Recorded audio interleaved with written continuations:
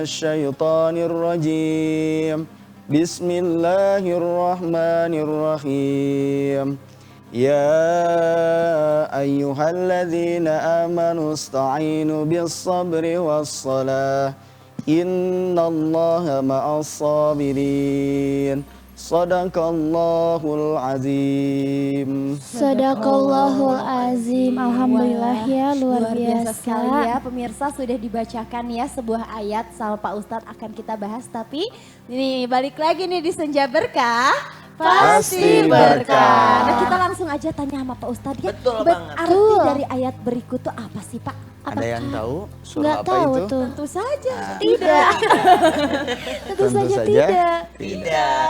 Ada di dalam Al-Quran surah Al-Baqarah ayat 153. Nah, ini sebagai pengingat bagi kita. Karena Quran itu adalah pedoman. Kalau pedoman intinya adalah aturan hidup kita. Yang tentunya nanti di akhirat kita akan mendapatkan keberkahannya. Nah, di sini dijelaskan. Ya ayyuhalladzina amanu, yang disapanya orang beriman. Kita beriman? Beriman, insya Allah. Beriman itu artinya apa? I'tiqadu bil qalbi, yakin dalam hati bahwa Allah adalah Tuhan kita. Wa iqraru bil lisan, dan tentunya mengamalkan daripada lisan kita pula ya. Tidak hanya sekedar hati, lisan pun ikut beribadah. Wal amalu bil arkan, dan dengan amalan-amalannya. Jika kita tahu sholat aturannya menurut Qur'annya ada perintahnya, maka lakukan sholat. Ini pun sama, orang yang beriman tidak hanya mendengar ayatnya tapi harus mengamalkan isinya. Apa isinya? Apa itu? Apa itu? Ya, Tahu sekali. Apa ya itu? ayyuhalladzina amanu sta'inu bis-sabri. Apa artinya? Wahai orang-orang yang beriman, mohonlah pertolongan kepada Allah. Bis-sabri was-shalah, dengan sabar dan melaksanakan sholat. Gitu, ini dua hal. Ya, ketika ada masalah, sabar, sholat. Sholat berdua ya? Itu adalah bentuk minta tolong pada Allah Ta'ala. Ada masalah, curhat di medsos, status yang disiapkan. Luar biasa. Tidak patut ya? Aku Tidak patut ya? terdengar seperti aku ya. Itu sindir ya? Yang harus kita lihat kehati-hatian dalam berpikir, dalam berbicara, dalam beramal. Nah itu minta tolong loh sama Allah Ta'ala. Allah udah siapkan jalan yang terbaik bagi kita. Bahkan beraktivitas, sholat 2 rakaat, ya kan? Betul. Sholat safar dulu. Itu bentuk pertolongan. Bentuk minta tolong, ya Allah selamatkan kami di perjalanan. Sholat hajat ya, meminta pada Allah Ta'ala agar dikabul, diijabah keinginan kita. Ya kan? Banyak kan keinginan ya? Ya banyak dong. Apa keinginannya? Balikan. Balikan takut dosa juga ya Pak Ustadz. Iya. Haram. Nah inilah antara haram harus terlebih kali ini bulan Ramadan ya, berbanyak zikir. Betul. Cobaan datang itu biasa, tapi yang luar biasa kita bisa menangani cobaan itu. Apa bedanya biasa dan luar biasa? Apa tuh? Apa itu? Apa Ada ya? jawabannya di KBBI. Saya taunya biasa di luar. Nah, kalau biasa itu ya biasa. Kalau luar biasa itu istimewa, tidak seperti biasanya. Biasanya Kang Diki ya datang ke kampus itu bergegas cepat-cepat. Tapi luar biasa, Kang Diki berangkat ke kampus, sholat 2 rakaat dulu, sholat safar, sholat hajat, kalaupun memang malamnya sholat tahajud. Itu luar biasa. Sesuatu yang tidak biasa dilakukan menjadi istiqomah.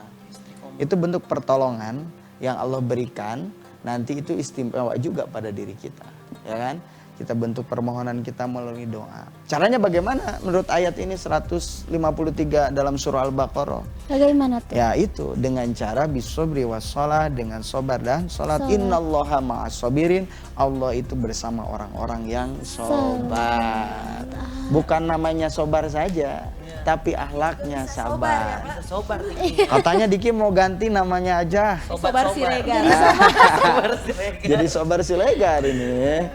Kayaknya bisa. Tapi ngomong-ngomong tentang sabar nih Pak Ustadz ya. Apa tuh? Kadang kita udah ngelakuin sholat, udah ngelakuin keimanan. Mungkin pemirsa di rumah ini ngerasain banget.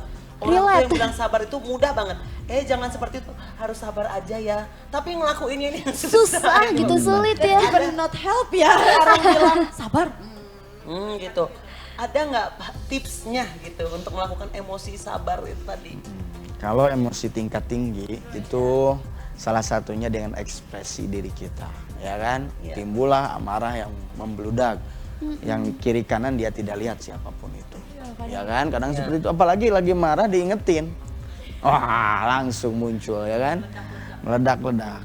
Apa yang harus dilakukan? Tenang dulu. Dikala posisi berdiri, maka bergas duduk.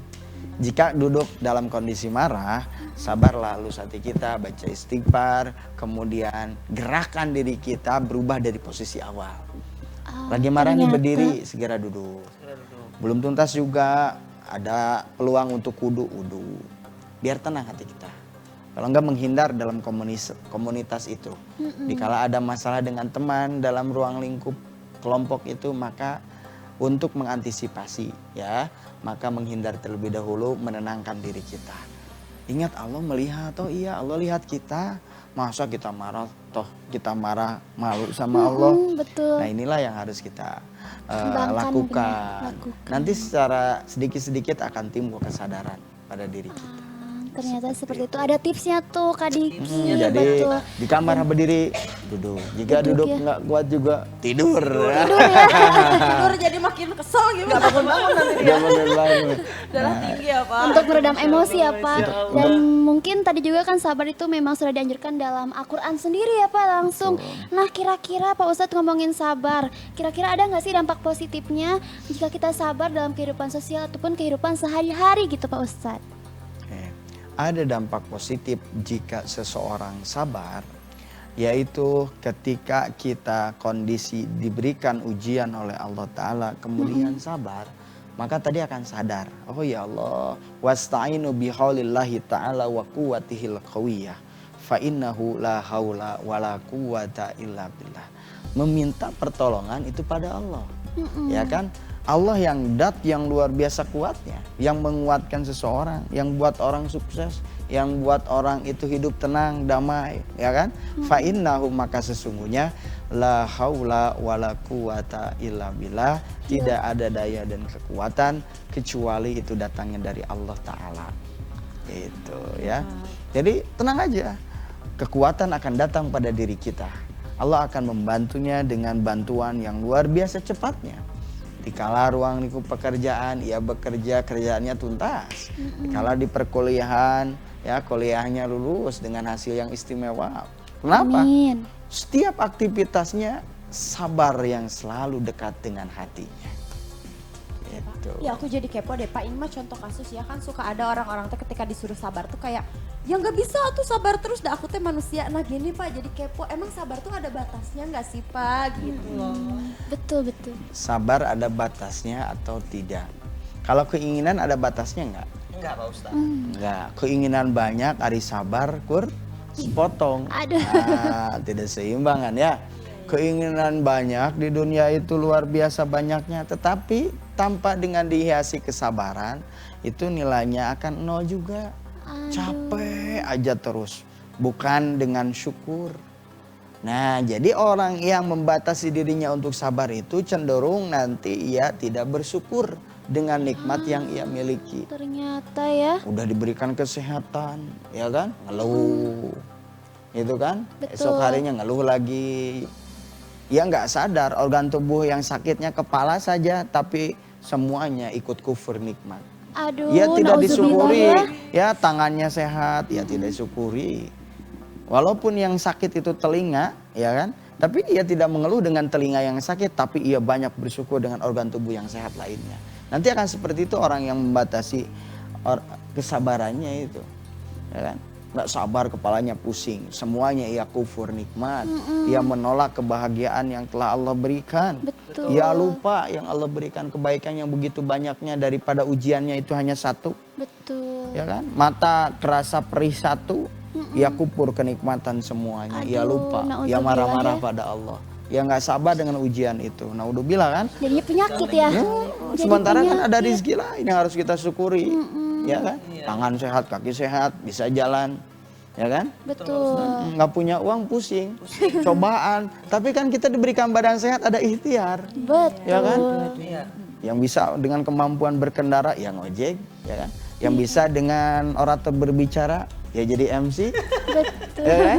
Banyak, yang penting sehat, bersyukur, jangan banyak kufur, jangan yang kesananya itu sabarnya itu dibatasi seperti yang disampaikan.